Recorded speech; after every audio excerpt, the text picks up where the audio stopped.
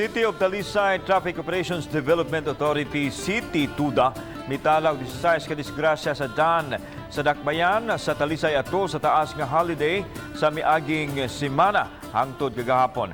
Pipila nini ang nahulikam. Ang report ni Femery Dumabo. Usa sa nahulikam sa Talisay City Command Center, kining yellow nga auto nga kusog kaayong mipadagan sa may Cebu South Coastal Road o galit lang na sarasay. Maayo na lang kay nasud kininiining sudlunon nga daan ug wa ra mo bangga sa mga panimay. Luwas ra hinuon ang driver. Apan nasayran nga nakasaghid di ay kini og nagmotorsiklo kansang nagmaneho na kaangkod og gamay nga pagkaangol. Nahuli ka musab ang pagbangga sa usa ka taxi ngadto sa Elf sa Coastal Road gihapon. Samtang nahuli ka musab ang lalaking nagbisikleta nga milabang. Apan wa mabantay ang nagpadong nga motorsiklo nga may sangpot usab sa ilang panagbangga.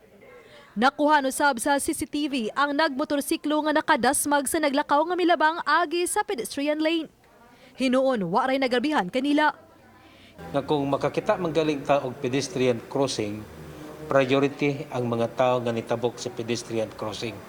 Bisan nakatuod og panalitan gikan kang nagko, pero katong nahitabo niadtong pagka-Biyernes Santo, kusog yun ang iyang pagdagan.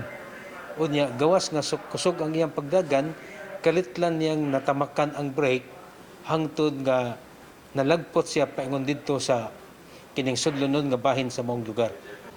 Ang mga gipangmontar nga CCTV diha sa kadalanan sa dakbayan sa Talisay ug ang kanunay nga pagmonitor niini dili lang nakatabang sa pagmaan sa trapiko ug sa mga vehicular accident apan dako usab nga tabang alang sa crime solution. Kinihuman na hulikam si Osvaldo Cabasi kinsa gingong notadong kawatan og mga bisikleta nitong Biyernes diha sa dakbayan sa Talisay. Sa kuha sa CCTV alas 12 pasado sa udto nakita kini lalaki nga nagpula og t-shirt sa may iskina duol sa Tabunok flyover. Nga sakay sa folding bike. Pipila ka minutos, laing bisikleta na ang gisakyan niini. Nasuta nga puros kinikinawat.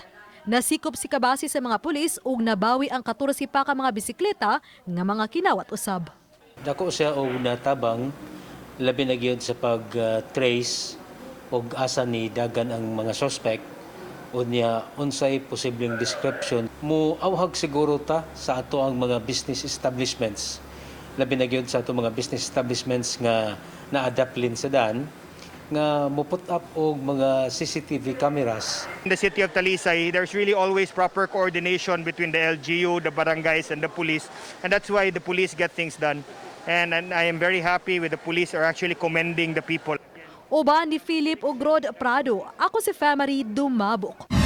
Balitang Bisdak.